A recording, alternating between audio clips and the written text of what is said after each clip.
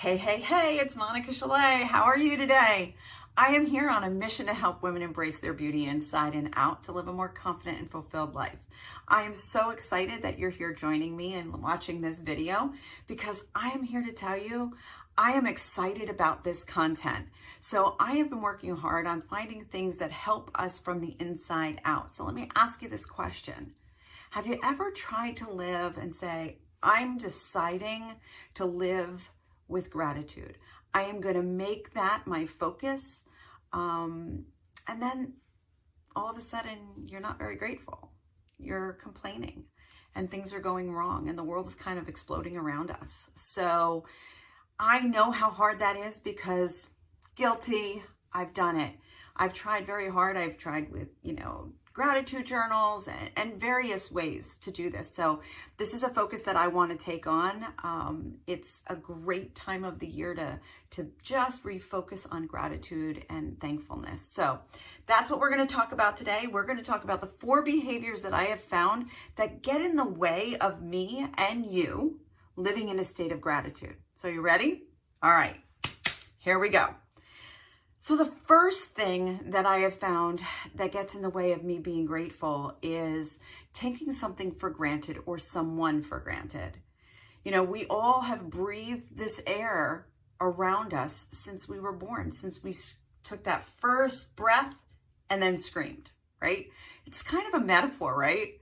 We literally took the breath of life when we came out of the womb. And then we're screaming at people because we're cold or we need this or whatever. So we tend to live in a way of taking things for granted. When you are around people who have a hard time breathing and need to have oxygen, I walk away from seeing that and realize, wow, how fortunate am I that I can breathe. Deep breath in, cleansing breath out, People take that for granted. We go and we sit and we're like, okay, take a deep breath and let it out to relax. What happens if you can't take that breath? It's a real thing, guys. So what happens is we fall into this state of taking things for granted. We take for granted that we have food on our table, that we have shoes for our feet, that the people we love come home at night. We take for granted that we're relatively healthy. Maybe we have aches and pains or whatever, but we can take that for granted.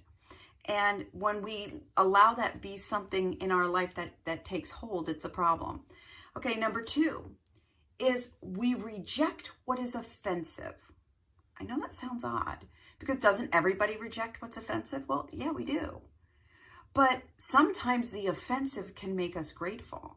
So if somebody rejects us, like you have a friendship and that friend rejects you for whatever reason, you've learned a lesson. You've purged your life of a person who really didn't want to be there. Thank you so much for freeing up that space for another person who will want to be there. I know it's a tough one, and that's a really tough one for me. All right. And I also like taking obstacles and turning them into opportunities. That falls into that, rejecting the offensive. So sometimes it seems like there's just obstacle after obstacle in our life, but it makes us who we are. It makes us stronger and it prepares us for something down the road. I know that in my life, I've had many opportunities to grow and become strong. And I'm grateful for it because that strength got me through the next thing. And it made me strong enough to teach my children how to be strong without maybe them having to endure some of the things that I did. So I'm grateful for that. So that can be an obstacle if you do not, if you just open-handedly reject the offensive and don't really look to see what you can learn from that offensive act or situation. Number 3 is indifference. We become indifferent.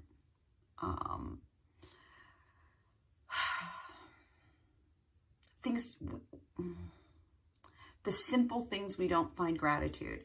The fact that, I have this finishing spray for my face. Let me tell you, when I don't have the finishing spray, I'm not a happy woman. All right. But when I pick it up and I use it on my face, I take it for granted. Right? Okay. So becoming indifferent is not just taking it for granted, but now you can't even notice that you're taking something for granted. We do that with our partners, our children, and the people who care about us the most. And those are the people that we need to actually be more grateful than ever for. Okay. And number 4, and this is a big one for me, judging something as insufficient. I know that a lot of ladies out there are going to relate to this. All right. Are you ready? I'm going to give you an example just this weekend. My husband, if you've been following me, if you know me at all, it's been 14 years, my house being built and it's still not done. My husband was working on the basement and getting that finished. And then we had an opportunity to do our driveway. So now he's out doing the driveway. It's annoying. Okay. Because I want the basement done. But the driveway is pretty incredible. I have to tell you, it's very incredible. So my husband came in and he says, like, I'm done with this particular task. I'm done. Come and have a look, walk, and, survey our kingdom. So I go out there and I have to tell you, you know what I'm thinking? Yeah, it's great. It's flat. Now understand, my driveway was like this, and I used to be petrified in the winter. So it's flat, and I'm like, great, that's fantastic. But now it's a mud pit. Can you get some gravel in here? Imagine being my husband, who has spent a great deal of time, energy, effort, and expertise that most people don't have. All right. I'm very blessed. I have a man that can do almost anything, but it's insufficient. It's not completely done. You're saying you're done. You're not done. I'm driving through a mud pit. I want gravel on it. It's this, it's that. Yes, I'm grateful.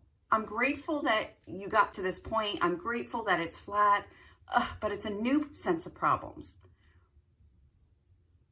My poor husband. It seems like no matter what he does, it's not sufficient for me, because I'm always going to the next thing that needs to be done. So we have to live in the moment of the sufficiency of what we've been given, and be grateful for what it is. And I mean, I'm grateful, and I say it like that. Oh, I'm grateful that it's not this mountainous thing that I have to be petrified on ice anymore. And yet I'm thinking already, where's the gravel? Okay. So those are the 4 things, is that taking things for granted, rejecting the offensive instead of embracing the lesson, becoming indifferent. And that's harder than just taking something for granted. It's almost like a hardened heart. Okay. And then judging something as insufficient. Those 4 things can really get in the way of us being grateful for the very easy. We have so much to be grateful for, especially in the United States, especially in New Jersey, especially in Hunterdon County, especially in my home. We are fortunate and blessed, and I cannot tell you where I came from to where I am. My sufficiency and blessings are huge, and yet I don't live a life of gratitude. So it's something to learn. It's something to build up on. So I hope you've enjoyed this. And I thank you so much for joining me, because I think this is pretty important. The next 4 episodes are going to be techniques. How can you integrate a life of gratitude into your life in a daily basis? That's not another arduous thing that you have to put on your calendar. Time to be grateful. I want it to be something that becomes easy and fluid and just a part of who you are. I think that it's the greatest gift we can give to the people around us, is to be grateful for them and for what they provide just by being. So if you had an aha moment, I would love for you to leave in the comments, what was your biggest, best aha takeaway from this video? Because I got to tell you, I'm excited to hear what you guys think, because I know the things that when I was preparing this, how it affected me, and I would love to hear how it affects you. All right. So in the event that you did have an aha and you found impact and you found value, please share this with your friends. Invite your friends to be a part of this community. I think that I want to give as much impact as possible. As you all know, my goal is to impact 1,000 women in the next 12 months, by the end of 2021. And next week we are going to start a tally so that I can keep track, so that we can celebrate those when we get to 50, when we get to 100, when we get to 150. I'm so excited about doing this, guys, and I can't wait for you to go on the journey with me. Please do share my video if you found value. And at the end of the 5-part series, I am going to have a PDF that's available. So in the comments, just write PDF, and I'll make sure at the end of the series, I send that out to you. I'm so excited. Thank you so much. Have a wonderful